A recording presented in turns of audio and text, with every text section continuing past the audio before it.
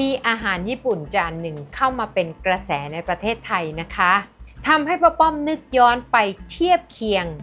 กับอาหารจานหนึ่งที่ป้าป้อมเคยเจอเมื่อตอนเด็กๆวันนี้ครัวชั้นสูงจะมาสอนทำข้าวหน้าแฮมเบอร์กหมูซอสกุ๊กช็อปค่ะการอยู่ที่สูงไม่ใช่เรื่องง่าย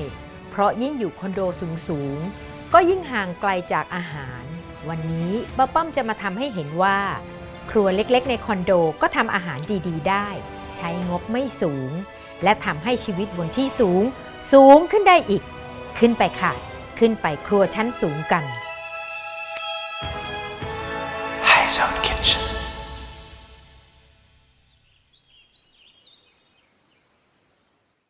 แฮมเบอร์กเนี่ยนะคะ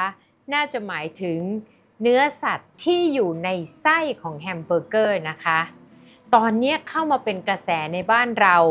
เอามากินกับข้าวทำให้ป้าป้อมนึกย้อนไปถึงสมัยตอนป้าป้อมเด็กๆจะมีอาหารอยู่จานหนึ่งเนื้อสัตว์เนี่ยหน้าตาคล้ายๆจะเป็นแฮมเบอร์กแต่เรากินเป็นกับข้าวในร้านกุ๊กช็อปค่ะเขาจะเรียกสิ่งนั้นว่าสเต็กหมูแต่จริงๆก็คือหมูสับก้อนทอดแล้วก็มีซอสราดนะคะป้าป้อมก็เลยเอามาเทียบเคียงกับข้าวหน้าแฮมเบอร์กที่อยู่ในกระแสตอนนี้มาเป็นข้าวหน้าแฮมเบอร์กสไตล์ป้าป้อมทำกินเองง่ายๆในครัวและน่าจะถูกปากคนไทยด้วยค่ะเรามาเริ่มกันเลยค่ะส่วนใหญ่ตอนนี้มีคนที่ไม่กินเนื้อนะคะป้าป้อมก็เลยเปลี่ยนมาเพื่อให้ทุกคนที่ดูครัวชั้นสูงทำกินได้นั่นก็คือเปลี่ยนมาใช้เนื้อหมูบดค่ะเนื้อหมูบดที่อร่อยเนี่ยใช้เนื้อ 70% มัน 30% นะคะทั้งหมด1กิโลกรัมค่ะป้าป้อมจะทำหมูทอดสไตล์แบบไทยๆดังนั้นการเป็นแฮมเบอร์กนี่มันต้องมีความนุ่มเลยบังคับว่าขอมันหมู 30% เนื้อหมู 70% ไม่เท่านั้นนะคะเรายังมีไข่เข้ามาเป็นตัวช่วยเพื่อให้เนื้อหมูนุ่มหมู1กิโลป้าป้อมใส่ไข่ไป3ฟองค่ะแล้วเพื่อจะให้ถูกปากคนไทยนะคะนี่ป้าป้อมใช้3เกลอของเรานี่แหละค่ะใส่ลงไปจริงๆแล้วมันก็สูตรประมาณที่เราทำหมูก้อนทอดใน EP 1ของครัวชั้นสูงจำได้ไหมคะที่ป้าป้อมทำหมูทอดหลายแบบมากเลยจากนั้น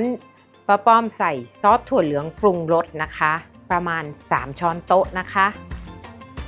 ป้าป้อมขอเพิ่มซีอิ๊วขาวอีก1ช้อนโต๊ะค่ะปรุงรสแล้วเราคนให้เข้ากันถามว่าเข้ากันแค่ไหนคนให้เข้ากันจนกระทั่งเขาไม่เป็นน้ำเลยนะคะน้ำซอสที่ใส่ไปเนี่ยจะหายเข้าไปในนั้นเลยน่าจะใช้เวลาสักประมาณ 5-10 นาทีโน่นเนี่ยค่ะนี่ค่ะเรากวนไปเรื่อยๆเราจะรู้เลยว่าเราเริ่มเมื่อยมากและหมูเนี่ยจะเหนียวหนักมือขึ้นเรื่อยๆเพราะอะไรคะเพราะว่าโปรตีนจากไข่ขาวเนี่ยเริ่มตีเหมือนเราตีไข่ให้ขึ้นนะคะเขาจะเริ่มจับตัวกันมากขึ้นเริ่มไม่เป็นน้ำแล้วเห็นไหมคะเขาจะกลายเป็นก้อนแบบนี้ค่ะทั้งที่เราผสมทีแรกแล้วมันจะดูเละๆเหลวๆนะคะอันนี้ล่ะค่ะเหมือนการนวดอย่างหนึ่งที่ทำให้หมูมีความเด้งนุ่มก่อนอื่นนะคะเราได้หมูที่เหนียวดั่งใจแล้วเราจะมาเริ่มทำเป็นตัวแฮมเบอร์กก่อนค่ะเราเปิดไฟที่กลางๆนะคะไม่แรงมากเพราะว่าหมูเราต้องการให้สุกทั่วถึงข้างในค่ะใช้น้ำมันแค่พอเกลี่ยก้นกระทะเท่านั้น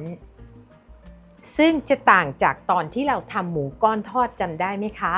เราใช้น้ำมันเยอะกว่านี้นะคะอันนี้เราจะเกลี่ยเพื่อให้เขาแค่ช่วยการสุกด้านนอกเท่านั้นค่ะและวันนี้นะคะป้อมจะทำเป็นตัวช่วยที่ทำให้แฮมเบอร์กของเราเป็นวงกลมเป๊ะๆหน่อยค่ะเพราะไม่งั้นการมีไข่เนี่ยเขาอาจจะหดซ้ายหดขวาได้วงแบบนี้เนี่ยนะคะเราหาซื้อได้ทั่วไปตามร้านเบเกอรี่ซึ่งมีให้เลือกหลายขนาดค่ะใครอยากได้ขนาดใหญ่ก็จัดไปเลยใครอยากได้เล็กใหญ่ขนาดไหนเลือกได้ค่ะป้อมจะวางพิมพ์ลงไปในนี้ก่อนค่ะ แล้วก็ตักเนื้อแฮมเบอร์เกอร์เท่าปริมาณที่จะทำเป็นก้อนใส่ลงไปค่ะแล้วเราก็จะกดให้เขาเป็นอยู่ในพิมพ์แบบนี้ค่ะระวังนะคะป้าป้อมเตือนแล้วว่าอย่าใช้ไฟแรงไม่ฉะนั้นเขาจะไหม้ก่อนที่เขาจะสุกค่ะ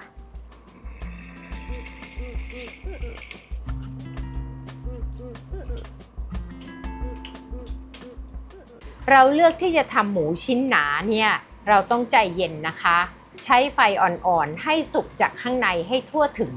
เพราะว่าหมูกินดิบไม่ได้ค่ะดังนั้น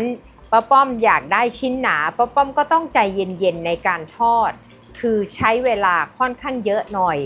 ถ้าใครเวลาจำกัดทำหมูชิ้นบางๆก็ได้ค่ะหมูที่สุกนะคะคือใช้ตะหลิวกดลงไปแล้วไม่มีเลือดไหลออกมาค่ะเมื่อเราได้หมูแฮมเบอร์กแล้วนะคะนี่หน้าตาเป็นอย่างนี้รอซอสและข้าวค่ะไม่ต้องกลัวจะไม่ร้อนเพราะว่าเดี๋ยวโดนซอสหมูเขาก็จะร้อนค่ะซอสเดือดๆนะคะมาดูกันค่ะว่าในซอสเรามีอะไรบ้างอย่างแรกเลยคือหั่นหัวหอมเป็นแว่นค่ะคลี่ออกนะคะป้าป้อมเตรียมซอสด้วยหัวหอมใหญ่หั่นแยกเป็นวงๆแบบนี้นะคะประมาณ1หัวค่ะส่วนถั่วลันเตาอันนี้ตามชอบเลยหาซื้อได้ตามร้านขายส่งเป็นแบบแช่แข็งนะคะไม่ต้องเสียเวลามาต้มเองเลยจากนั้นเราจะมาตวงน้ำซอสกันนะคะป้าป้อมใช้ซอสหอยนางรม50 กรัม50 กรัมนี่ก็ประมาณ3ช้อนโต๊ะนิดหน่อยนะคะซอสปรุงรสฝาส้ม20 กรัมค่ะซีอิ๊วขาวอีกสัก20 กรัมค่ะ20 กรัมนี่ก็ประมาณ1ช้อนโต๊ะกว่าๆนะคะป้าป้อมจะปรุงรสด้วยน้ำตาลทรายนะคะประมาณ1ช้อนชาค่ะสิ่งที่ต้องเตรียมอีกอย่างหนึ่งคือขิงแก่ค่ะในอาหารที่รสชาติออกจีนนะคะขิงแก่นี่เป็นตัวที่ให้รสหอมมากๆป้าป้อมสังเกตว่าจะไม่ค่อยใช้กระเทียมกันค่ะใช้ขิงแก่ถ้าแว่นใหญ่ก็3แว่นใหญ่แล้วก็หั่นให้เล็กลงประมาณนี้ค่ะป้าป้อมใส่เหล้าจีนไปอีกประมาณ10 กรัมหรือเกือบจะ1ช้อนโต๊ะนะคะสำหรับน้ำที่จะใช้นะคะป้าป้อมจะใช้น้ำประมาณ500 ซีซีหรือครึ่งลิตรใครจะใช้เป็นน้ำซุปก็ได้ค่ะแล้วแต่ชอบเลยนะคะตอนนี้นะคะเราจะเตรียมแป้งผสมไว้เลยแป้งที่จะทำให้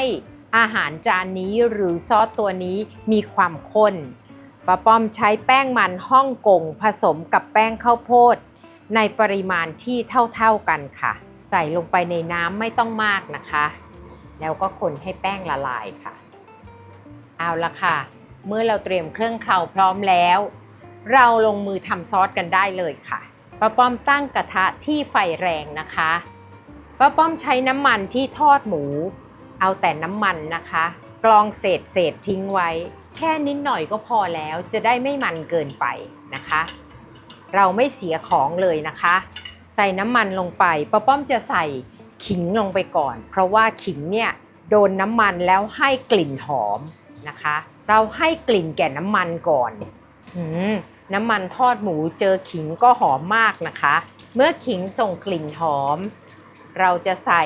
หอมใหญ่เป็นวงที่ใส่ไว้ลงไปค่ะผัดให้หัวหอมนิ่มนะคะตอนนี้กลิ่นของหอมใหญ่กับกลิ่นของขิงเนี่ยรวมกันแล้วหอมมากเลยค่ะเมื่อหัวหอมเริ่มนิ่มและส่งกลิ่นหอมมากเราจะใส่ซอสที่เราเตรียมไว้ลงไปค่ะ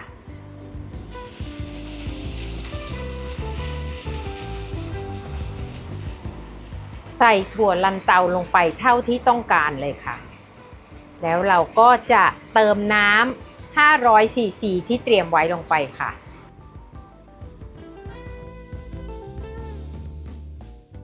เมื่อเดือดอีกครั้งนะคะเรามาลองชิมดูค่ะตอนนี้ป้าป้อมขอเติมซีอิ๊วขาวเพิ่มอีกนิดหนึ่งนะคะเพราะว่าเดี๋ยวเราจะใส่แป้งถ้าเราใส่แป้งไปแล้วเนี่ยมันจะลดความเค็มลงไปอีกเดี๋ยวกินกับข้าวจะไม่อร่อยนะคะถ้าใครชอบให้แบบว่ารสชาติคมขึ้นอีก อาจจะเติมเกลือและน้ำตาลได้อีกค่ะตอนนี้เดือดเต็มที่แล้วสุกเต็มที่รสชาติเป็นที่พอใจแล้วนะคะ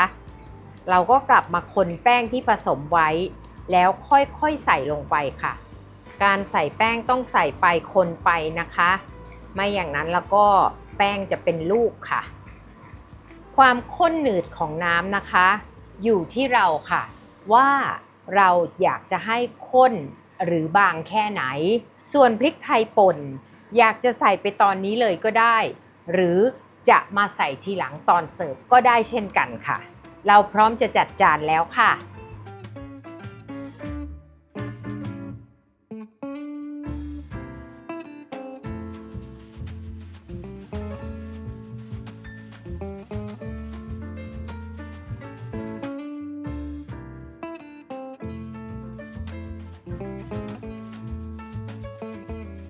นี่ค่ะ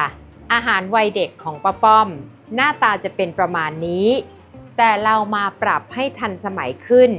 เพื่อให้เด็กรุ่นใหม่เข้าถึงได้ง่ายค่ะข้าวหน้าแฮมเบอร์กหมูซอสกุ๊กช็อปค่ะ